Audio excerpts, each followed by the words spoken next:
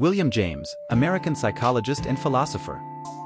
William James, born January 11, 1842, New York, U.S., died August 26, 1910, Chocorua, New Hampshire, was an American philosopher and psychologist, a leader of the philosophical movement of pragmatism and a founder of the psychological movement of functionalism.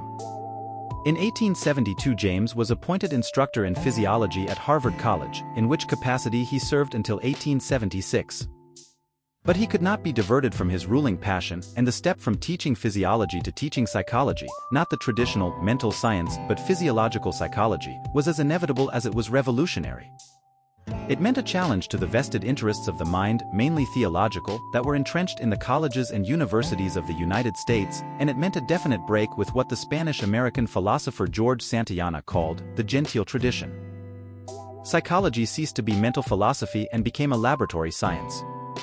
Philosophy ceased to be an exercise in the grammar of assent and became an adventure in methodological invention and metaphysical discovery. He contracted to produce a textbook of psychology by 1880. But the work grew under his hand, and when it finally appeared in 1890, as the Principles of Psychology, it was not a textbook but a monumental work in 2 great volumes, from which the textbook was condensed 2 years later. The Principles, which was recognized at once as both definitive and innovating in its field, established the functional point of view in psychology.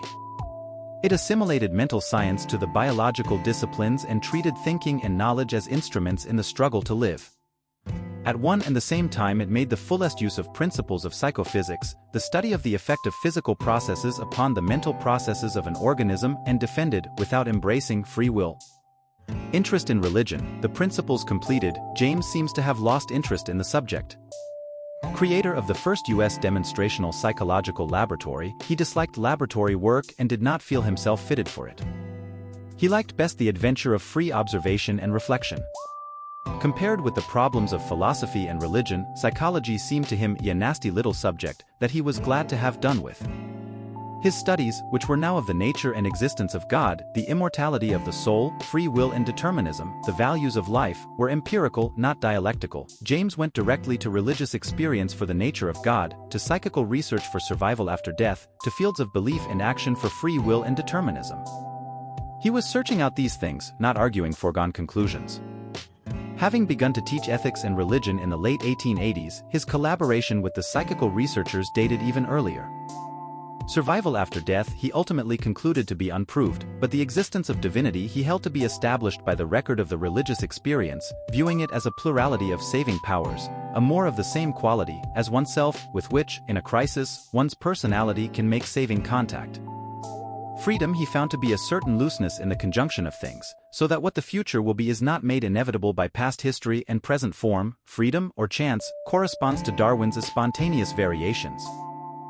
These views were set forth in the period between 1893 and 1903 in various essays and lectures, afterward collected into published works, of which the most notable is The Will to Believe, and Other Essays in Popular Philosophy, 1897. His natural interest in religion was reinforced by the practical stimulus of an invitation to give the Gifford Lectures on Natural Religion at the University of Edinburgh. He was not able to deliver them until 1901-02, and their preparation focused his labors for a number of years. His disability, involving his heart, was caused by prolonged effort and exposure during a vacation in the Adirondacks in 1898. A trip to Europe, which was to have taken up a sabbatical year away from university duties, turned into 2 years of invalidism. The Gifford Lectures were prepared during this distressful period. Published as The Varieties of Religious Experience, 1902, they had an even greater acclaim as a book than as articles. Cautious and tentative though it was, the rich concreteness of the material and the final summary of the evidence, that the varieties of religious experience point to the existence of specific and various reservoirs of consciousness-like energies with which we can make specific contact in times of trouble, touched something fundamental in the minds of religionists and at least provided them with apologetic material not in conflict with science and scientific method. The book was the culmination of James's interest in the psychology of religion. Career in philosophy of William James. James now explicitly turned his attention to the ultimate philosophic problems that had been at least marginally present along with his other interests. Already in 1898, in a lecture at the University of California on philosophical conceptions and practical results, he had formulated the theory of method known as pragmatism. Originating in the strict analysis of the logic of the sciences that had been made in the middle 1870s by Charles Sanders Peirce, the theory underwent in James's hands a transforming generalization. He showed how the meaning of any idea whatsoever, scientific, religious, philosophical, political, social, personal, can be found ultimately in the succession of experiential consequences that it leads through and to, that truth and error, if they are within the reach of the mind at all, are identical with these consequences. Having made use of the pragmatic rule in his study of religious experience, he now turned it upon the ideas of change and chance, of freedom, variety, pluralism, and novelty, which, from the time he had read Renouvier, it had been his preoccupation to establish. He used the pragmatic rule in his polemic against monism and the block universe, which held that all of reality is of one piece, cemented, as it were, together, and he used this rule against internal relations, i.e., the notion that one cannot have one thing without having everything, against all finalities, staticisms, and completenesses. His classes rang with the polemic against absolutes, and a new vitality flowed into the veins of American philosophers. Indeed, the historic controversy over pragmatism saved the profession from iteration and dullness. Meanwhile, 1906, James had been asked to lecture at Stanford University, in California, and he experienced there the earthquake that nearly destroyed San Francisco. The same year he delivered the Lowell Lectures in Boston, afterward published as Pragmatism, a new name for old ways of thinking, 1907. Various studies appeared. Does consciousness exist? The Thing and its Relations, the Experience of Activity, chiefly in the Journal of Philosophy. These were essays in the extension of the empirical and pragmatic method, which were collected after James's death and published as Essays in Radical Empiricism, 1912.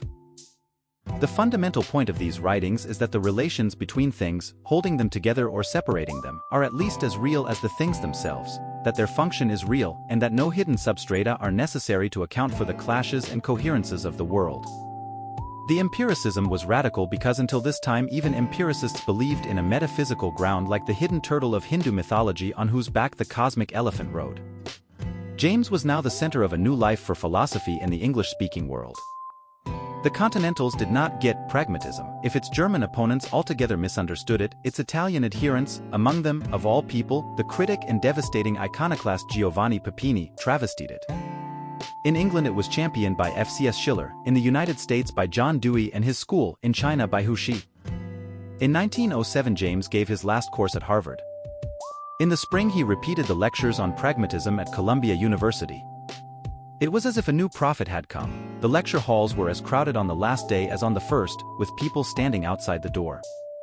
Shortly afterward came an invitation to give the Hibbert Lectures at Manchester College, Oxford. These lectures, published in 1909 as a pluralistic universe, state, in a more systematic and less technical way than the essays, the same essential positions. They present, in addition, certain religious overbeliefs of James's, which further thinking, if the implications of the posthumous Some Problems of Philosophy May Be Trusted, was to mitigate.